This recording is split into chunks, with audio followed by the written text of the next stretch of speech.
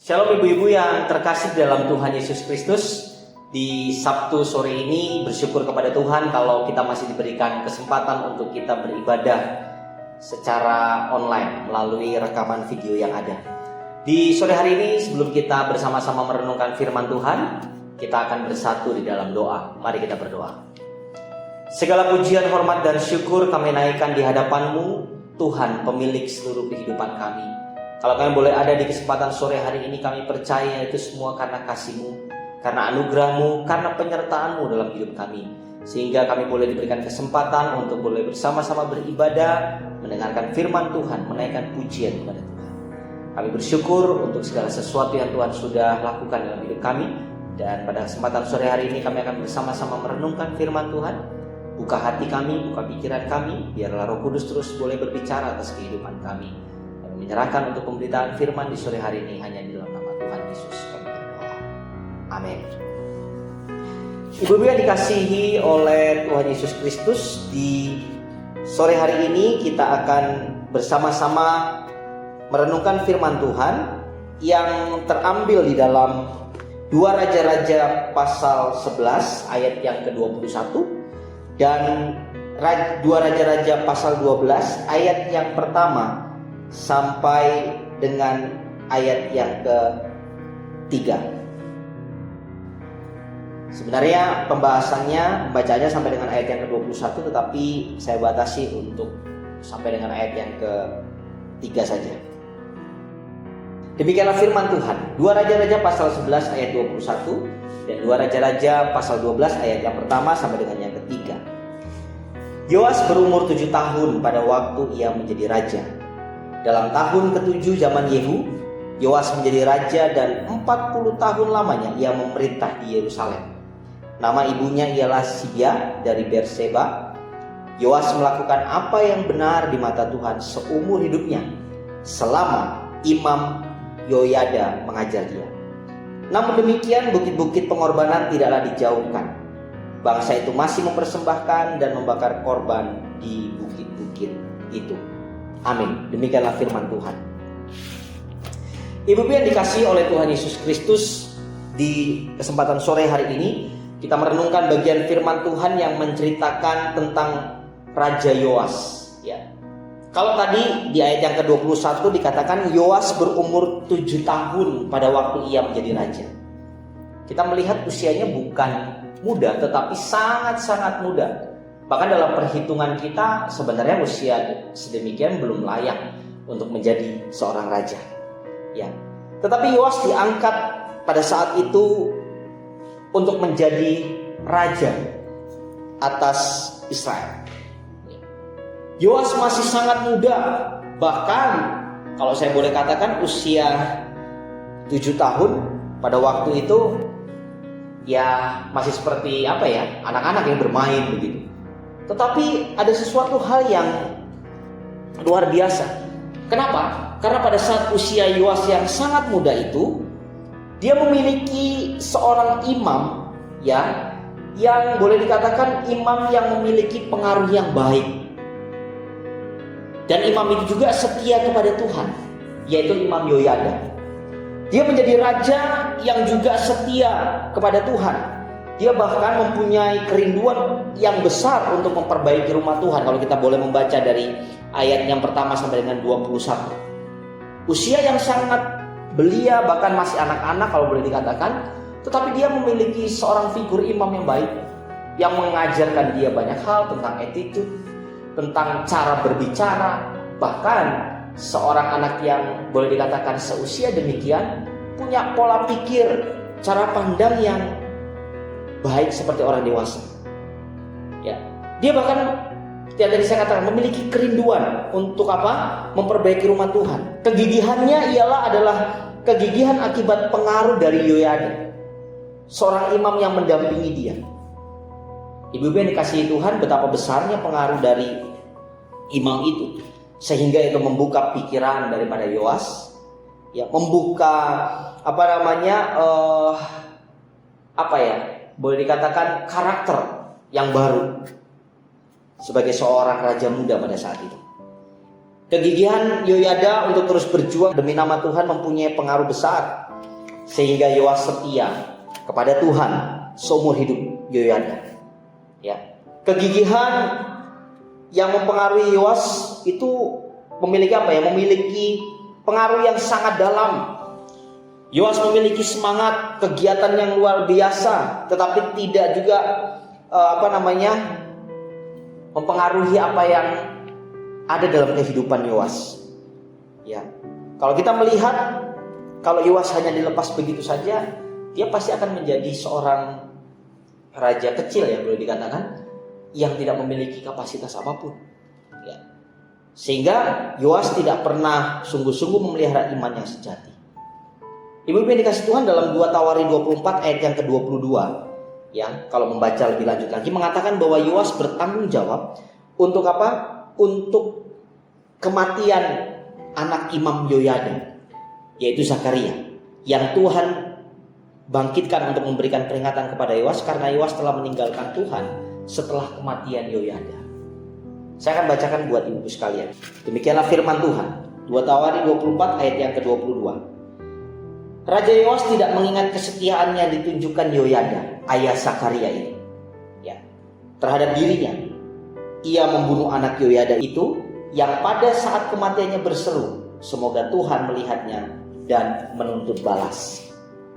Perubahan Raja Yoas ternyata berasal dari para petinggi Yehuda, Bapak Ibu yang dikasihi Tuhan.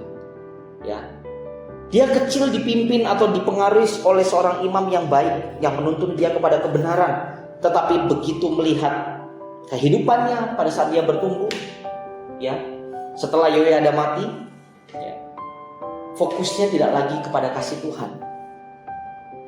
Karena kalau tadi dibaca dalam 2 Raja-Raja, dia merencanakan untuk membangun bait Allah. Ya. Ini memberi bukti bahwa penyimpangan yang dilakukan pada zaman Ahazia dan pengaruh dari Atalia memberikan bekas yang sangat sulit untuk dihapuskan. Sangat sulit untuk apa? Membelokkan kembali mental penyembahan berhala yang dimiliki oleh Israel. Dan Yehuda sekali mereka melakukan kesalahan, kehidupannya sudah tercemar. Ibu-ibu yang dikasihi oleh Tuhan Yesus Kristus, inilah yang menjadi jerat bagi kerajaan Yoas dan bagi sang raja sendiri. Raja muda yang sejak kanak-kanak sudah memerintah itu telah kehilangan Yoyada. Sekarang setelah suara kenabian dari Imam Yoyada hilang, Yoas tidak berpaut lagi kepada kebenaran hukum Tuhan. Dia memalingkan telinganya dan mendengar setiap dusta, ya, dari apa yang mereka lakukan pada saat menyembah berhala. Ibu-ibu, ternyata reformasi yang dilakukan oleh Yoyada belum tuntas. Masih banyak pekerjaan yang belum sempat dilakukan. Ya, misalnya apa? Misalnya pembacaan kembali Taurat dan kembali melakukan perayaan-perayaan agama yang mengembalikan identitas seluruh bangsa sebagai umat Tuhan. Ini semua belum sempat dilakukan. Yoyada hanya sempat membersihkan para penyembah berhala. Dia meruntuhkan, tetapi tidak sempat membangun kembali. Yoas membangun rumah Allah secara fisik, memang betul, ya. Dia membangun secara bangunan yang kuat, tetapi tidak membangun seluruh bangsa di dalam ketaatan, dalam komitmen, dalam kesetiaan melakukan seluruh firman Tuhan. Yehuda hanya mengikat perjanjian untuk menghancurkan segala berhala, tetapi mereka tidak diarahkan untuk melakukan penyembahan sesuai dengan apa yang Tuhan tetapkan. Mereka tidak memiliki sebuah iman untuk percaya, ya, dan tetap menjalankan ibadah mereka sesuai dengan kebiasaan lama, bukan sesuai dengan cara Tuhan. Ibu-ibu yang dikasihi Tuhan Yesus Kristus, kesalahan yang sepertinya kecil itu ternyata berefek besar. Kenapa? Karena tidak ada ketaatan kepada Tuhan di setiap aspek. Maka aspek penyembahan kepada Tuhan lagi-lagi menjadi menyeleweng. Celah itu dibuka sangat lebar. Ya. Sekarang kalau kita melihat dan membaca dalam 2 Raja dari tadi, para tua-tua mempengaruhi Yoas dan dia meninggalkan Tuhan. Setiap kali seorang raja meninggalkan Tuhan, akibat yang terjadi pasti mempengaruhi seluruh bangsanya. Pelanggaran seorang raja tidak hanya akan merusak dirinya dan keluarganya, melainkan seluruh tatanan dalam kerajaan itu. Tuhan menghukum Yehuda dan Yerusalem dan mengirimkan Hazael Raja Aram untuk memerangi mereka. Di dalam 2 Tawari 24 ayat 23 dikatakan bahwa Raja Aram hanya datang dengan sedikit orang saja, tetapi mereka sukses menaklukkan Yoas. Maka Yoas terpaksa mengumpulkan segala kekayaan dari istananya, dari rumah Tuhan yang dia kumpulkan itu untuk membayar upeti kepada Raja Aram. Dalam 2 Raja-Raja 12 ayat yang ke-18, saya akan bacakan buat ibu-ibu. Tetapi Yoas Raja Yehuda mengambil segala persembahan kudus yang telah dikuduskan oleh para leluhurnya, yakni Yosafat, Yoram dan Ahasia, raja-raja Yehuda, dan persembahan-persembahan kudusnya sendiri, juga segala emas yang terdapat dalam perbendaharaan rumah Tuhan dan istana raja. Dikirimkannya lah semuanya itu kepada siapa? Hasael Raja Aram. Maka tidak jadi lagi Hasael menyerang Yerusalem. Apa yang sudah dibentuk di awal? Yoas dididik oleh seorang imam yang bernama Yoyada, tapi tidak bertahan lama. Begitu Yoyada mati, dia berbalik dari jalannya Tuhan. Dia juga mengalami kekalahan, ibu-ibu, dan terluka oleh karena serangan orang Aram. Pada akhirnya dia harus membayar harga karena membunuh anak Imam Yoyada. Raja Yoas dibunuh oleh pegawai-pegawainya sendiri setelah 40 tahun bertahta di Yerusalem. Lantas apa yang mau kita renungkan sore hari ini? Nilai apa yang kita mau ambil? Ibu-ibu yang dikasih oleh Tuhan, ada perbedaan yang besar antara tindakan pertobatan dengan pertobatan sejati. Jangan ibu-ibu merasa bahwa pada saat kita sudah percaya kepada Tuhan semuanya kelar, selesai. Ya. Sama dengan mungkin boleh dikatakan dapat satu, dapat semua. Sekali selamat, ya pasti akan selamat. Berbeda dengan motonya pahlawan kita atau pejuang-pejuang Indonesia. Dia katakan sekali merdeka, tetap merdeka.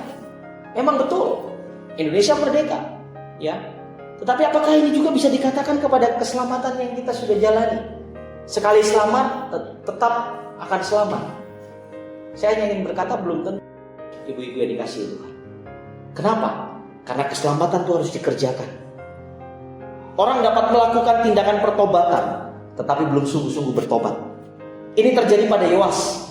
Jika kita melakukan segala tindakan yang baik, bahkan sangat giat dalam pelayanan, dalam hal apapun kegiatan ibadah di gereja, itu tidak berarti bahwa kita sungguh-sungguh sudah bertobat. Bahkan Paulus sendiri katakan, ya, jangan sampai pada saat aku memberitakan Injil, aku sendiri menjadi orang yang ditolak.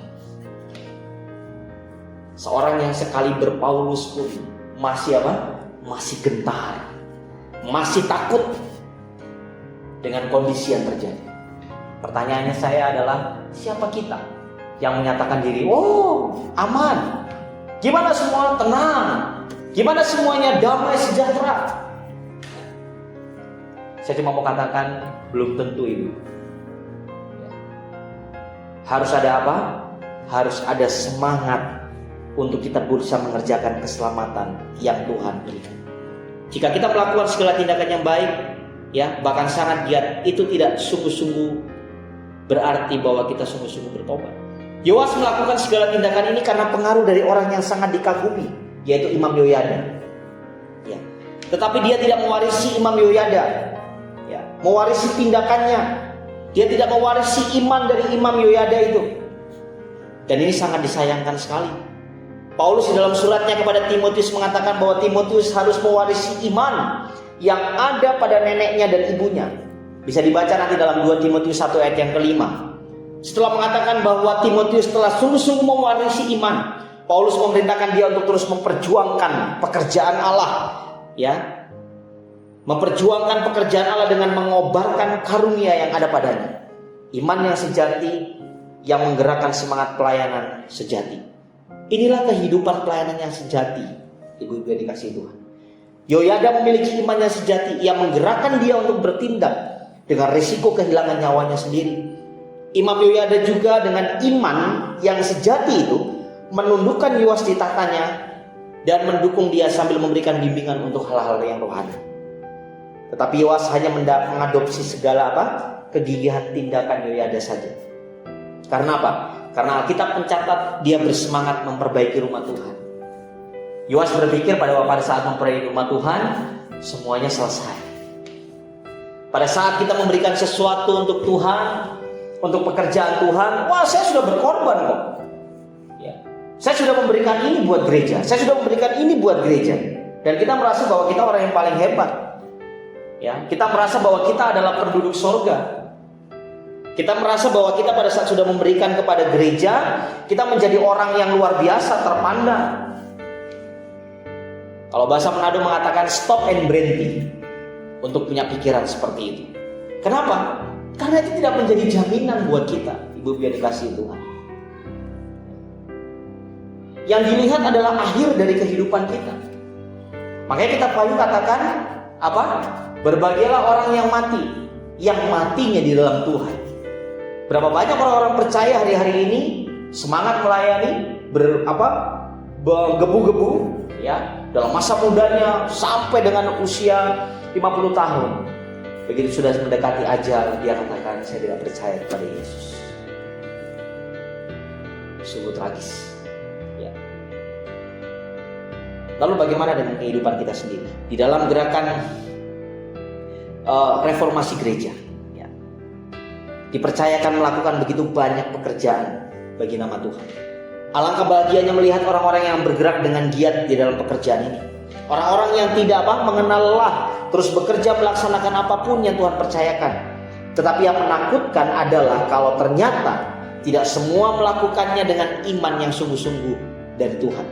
Mungkin kita hanya Raja Yoas yang bersemangat melakukan karena terdorong semangat orang lain, ingin dipandang, ingin dilihat hebat, ingin dikatakan bahwa kalau nggak ada kamu nggak bisa berjalan semua kegiatan ini.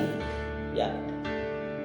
Tetapi lupa bahwa apa yang sudah dilakukan itu semua karena anugerah Tuhan dalam kehidupan kita. Ibu-ibu yang dikasihi oleh Tuhan Yesus Kristus, di akhir dari firman Tuhan ini, saya ingin mengajak kita semua untuk tetap beriman kepada Tuhan hingga kita mendedikasikan segenap hati untuk Dia. Barulah dorongan sejati untuk menyenangkan Tuhan itu akan muncul. Jika motivasi kita melakukan semua hanya untuk menyenangkan diri sendiri, sekali lagi saya hanya ingin katakan stop dan berhenti. Kita melakukan ini hanya untuk menyenangkan Tuhan. Kita didorong setiap kehidupan kita untuk melayani Tuhan, mengikut Tuhan, berdasarkan kepada iman yang sejati. Pertanyaannya buat kita, bayangkan kalau kita tidak memberikan hidup kita sepenuhnya dalam tangan Tuhan. Kita tidak akan pernah digerakkan oleh iman untuk kita mengikut Tuhan. Oleh karenanya, pada saat Tuhan memberikan kita kesempatan sampai dengan hari ini, ikutilah Dia, Sang Pemilik kehidupan kita. Sehingga di akhir dari setiap kehidupan kita mengakhirinya dengan pertandingan yang baik, finishing well. Sehingga Paulus katakan, aku sudah mengakhiri pertandingan yang baik dan siap untuk menerima mahkota. Kiranya Roh Kudus menolong, memberkati kehidupan kita dalam kita mengiring Tuhan sampai akhir hidup kita. Mari kita berdoa. Kami sungguh bersyukur untuk firman-Mu yang terus boleh menegur kami, mengajarkan kami bahwa kami tidak perlu berbangga hati, puas diri dengan apa yang kami alami hari ini, dengan apa yang kami lakukan untuk pekerjaan Tuhan. Tetapi kami mulai Tuhan dengan hati yang was-was, dengan hati yang takut dan gentar melakukan pekerjaan Tuhan, sehingga kami tidak main-main di dalamnya. Kami fokus, kami mengerjakan banyak hal itu untuk hormat dan kemuliaan Tuhan. Hamba berdoa secara khusus buat ibu-ibu yang ada di rumah dalam segala aktivitas mereka, biar Tuhan yang menolong, yang memimpin.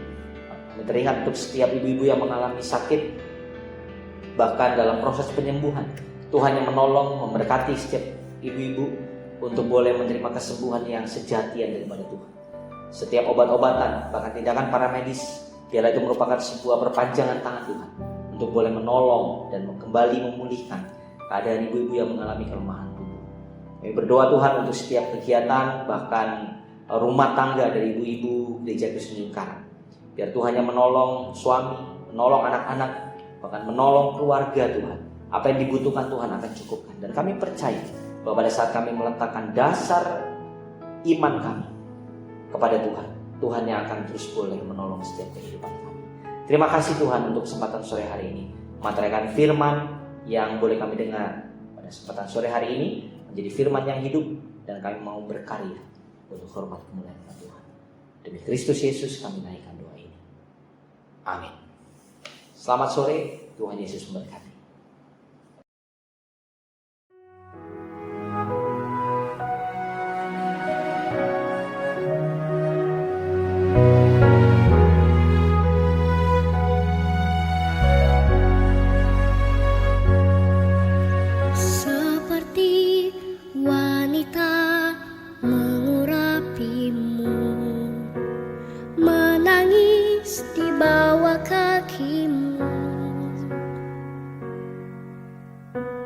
Demikian hidupku mau mengasihimu, Yesus, Engkau baik bagiku. Seperti wanita mengurapimu, menangis di bawah kakimu. Demikian hidupku mau mengasihimu, Yesus, Engkau baik bagiku.